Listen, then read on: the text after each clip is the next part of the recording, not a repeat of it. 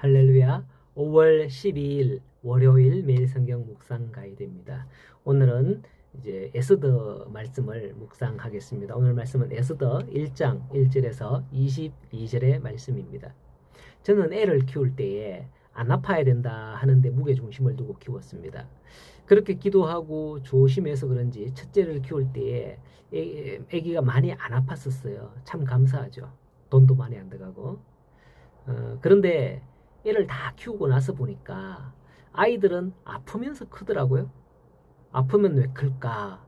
제 생각입니다만은 아픔은 몸의 면역이 무너지면서 질병 세포도 번식을 하지만은 성장판이나 일반 세포도 성장한다 하는 것을 볼 수 있는 것 같습니다. 꽉 잠궈 놓은 게 느슨해진 틈을 타서 두 가지 현상이 일어나면서 자란다는 걸 뒤늦게 깨달았죠. 그래서 우리 첫째 아들은 안 아프고 자랐지만은 사실은 키가 좀 작아요. 그러나 둘째는 딸인데 좀 아프고 아플 때마다 또 커지는 걸 봤어요. 안타깝지만은 이제는 아들보다도 더 몸무게도 많이 나가고요. 들으면 안 되는데 키도 조금 더 커요. 아들보다도. 아들이 좀 더 크면 좋았을 텐데 하는 마음이 있는데 참 이 사실을 뒤늦게 깨달았는데 어쨌든 뭐 이 원리는 믿거나 말거나 합니다. 참고는 해보세요. 왜 서두에 제가 이런 말씀을 드렸느냐 하면 나라도 그런 것 같아요. 나라의 역사를 보면 평안할 때는 변화가 없습니다. 그러나 위기를 당하고 나서는 나라가 새롭게 변하는 것을 우리나라 근대사를 통해서 분명히 알 수가 있죠. 만일 우리나라에 일본이 북한이 쳐들어오지 않았다면 아직도 양반과 평민으로 갈라져서 갓쓰고 도포 입은 나라가 아니었을까요? 지금 동서로 나뉘어서 대립하는 것도 힘든데 어쩌면 인도와 같은 그런 양반과 쌍놈 신분제도나 근대 경제 발전 이처럼 눈부신 발전이 없지 않았겠나 싶어요. 그렇게 어려움을 겪은 후 우리나라도 아주 급성장을 했더란 말입니다. 마찬가지로 이스라엘도 그런 것 같아요. 이스라엘의 최고 번영기가 다윗과 솔로몬의 시대였으나 이후 나라가 망하고 아수르와 바벨론에 의해서 북이스라엘과 남유다가 각각 바벨론 포로가 됩니다. 그런데 성경적 역사를 보면 포로에서 돌아온 후 하나님의 말씀이 더 흥왕하고 확고해지고 하는 그런 시기가 있었다라는 것을 볼 수가 있습니다. 왜냐하면 포로기에 국난을 극복하고자 말씀을 더욱 붙들었고 70인역 같은 헬라어 번역이 왕성했으며 포로에서 돌아온 후에 학사 에스라와 같은 이들을 통해서 구약의 성경이 정리되고 편찬되고 이렇게 했거든요. 많은 성경들이 이러한 시기에 정리되어지고 그렇게 연구되어지고 수집되어졌다. 이렇게 학자들은 봅니다. 이제 성경 에스더를 가볼까요? 에스더가 쓰여진 시기는 포로 귀환 시대라고 합니다. 이스라엘의 포로 귀환은 세 차례로 나누어서 이루어집니다. 그때 쓰여진 구약 성경이 세 권 있는데 바로 에스라, 느헤미야, 에스더 이 세 권의 책입니다. 오늘 묵상하게 될 에스더는 1차 귀환이 끝나고 2차 귀환이 아직 시작되지 않은 때에 포로지인 페르시아에서 있었던 일을 기록한 성경입니다. 그때 유대인들이 멸절 위기를 당하였는데 누구에 의해서 그런가 하면 바로 아말렉의 자손의 후손인 하만의 업무로 인함이었습니다. 아말렉은 이스라엘이 출애굽을 할 때 피곤한 틈을 타서 이스라엘 진영 후미를 공격했던 민족이었으며 하나님은 이 일로 인하여 심히 진노하여서 이스라엘에게 이르기를 너희는 대대로 아말렉을 진멸할지어다 라고 명령을 하죠.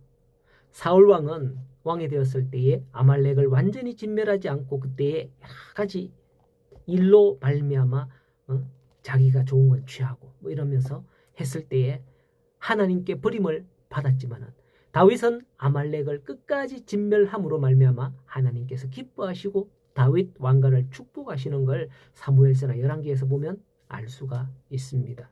뭐 그렇다고 아말렉을 완전히 진멸한 건 아니죠. 지금 에스라 시기에도 아말렉이 후손이 있으니까요. 에스더를 통해서 보여주시는 것은 하나님께서는 유대인들이 자기 나라, 자기 땅에서 자기 백성을 지키시고 인도하는 것뿐만 아니라 포로로 잡혀간 그 나라에서도 자기 백성을 잊지 않으시고 지킨다는 것을 확실히 보여주는 책이라고 할 수 있습니다. 1절을 보시면 이런 아수에로 왕 때에 있었던 일이다 라고 하죠. 그 시기와 장소를 분명히 기록하죠. 그러면서 아수에로는 인도와 쿠스까지 127도를 치리하는 다스리는 왕이다 라고 합니다. 127도. 우리나라 몇 도입니까? 8도 광산이라고 합니까? 만일 이렇게 단순히 비교해 보더라도 당시에 아수에로가 다스리던 페르시아 제국이 127도니까 8도보다도 몇 배 얼마나 큰지 가히 짐작할 수 있습니다. 페르시아는 남유다 왕국을 무너뜨리고 백성을 포로로 잡아갔던 그 바벨론을 무너뜨리고 고레스에 의해서 세워진 나라였습니다. 고레스 때부터 포로 1차 귀환이 이루어지기 시작했죠. 그리고 에스더에 등장하는 아수에르 왕은 페르시아 제4대 왕이었던 거예요. 왕의 권세는 실로 막강합니다. 아말렉의 후손 하만의 흉계로 제국 내에 있는 모든 유다인을 다 죽일 수도 있는 그런 권세를 가진 자가 왕이었죠. 하지만 에스더는 이 세상의 권세보다도 더 크신 하나님의 권세가 어떠함을 이스라엘 백성들에게 잘 보여주는 책이라고 할 수가 있습니다. 오늘 에스더서를 시작하면서 이 일이 어떻게 진행되어져 갔는지에 대해서 서술하고 있는 것을 봅니다. 한 절 한 절에서 시편과 같은 심오한 진리를 뽑아낼 수는 없기도 합니다. 하지만 이러한 역사책에서는 그 역사의 흐름을 통해서 그 배후에 하나님께서 어떻게 역사하고 어떻게 일하시는지 그거를 알 수 있게 하는 거죠. 아수르의 왕에게는 와스디라는 왕비가 이미 있었습니다. 그런데 괜히 잘 나가던 그 왕비가 폐위된 거죠. 그리고는 새로운 왕비를 물색하게 되고 그 후보 중에 하나가 에스더가 포함된 거죠. 이 에스더스라는 책은 바로 이러한 에스더 왕비의 이름을 딴 책이죠. 여인의 이름으로 된 성경책이죠. 이때까지는 아무도 몰랐습니다. 잘 나가던 왕과 왕비의 관계가 갑자기 왜 틀어졌지? 당시에 많은 고관들과 백성들은 의아해하실 수도 있어요. 왕비가 왜 갑자기 저런 말을 하면서 그만해진 거야? 왕에게 왜 이래 진노를 산 거야? 이렇게 생각되죠. 그러나 하나님께서는 후일에 세우실 에스더 왕비를 통해서 이스라엘의 유대인을 구원하시기 위해서 이미 준비하고 계셨다는 것을 우리는 알아야 할 것입니다. 여기에 보면 특별히 많은 관련된 사람들의 이름이 언급되죠. 복잡해요. 보면 1장에 누구 많이 나옵니다. 하나님께서는 이처럼 모든 자들을 통하여서 자신의 뜻을 이루기 위해 움직인다는 것을 볼 수 있어야 하겠습니다. 그렇습니다. 오늘날도 전 세계의 패권을 쥐고 있는 미국이 왜 저럴까? 트럼프 대통령 정말 이상해요. 그죠? 그런 생각이 듭니다. 왜 저럴까? 하는 생각이 들어요. 또 우리나라 이 나라 장차 어찌 되려고 지금 이렇지? 의아스럽습니다.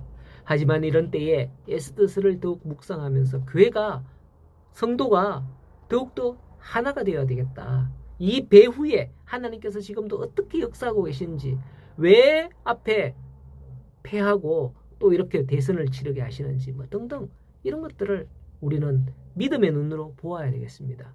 지금도 우리의 배후에서 역사하시는 하나님을 보시는 그런 귀한 하루가 되시고 그 배후에서 역사하시는 하나님의 손을 잡고 함께 모든 일에 함께 나아가는 우리 모든 성도들이 되어서 하나님의 인도하심이 있는 그런 성도들이 되기를 간절히 축복합니다.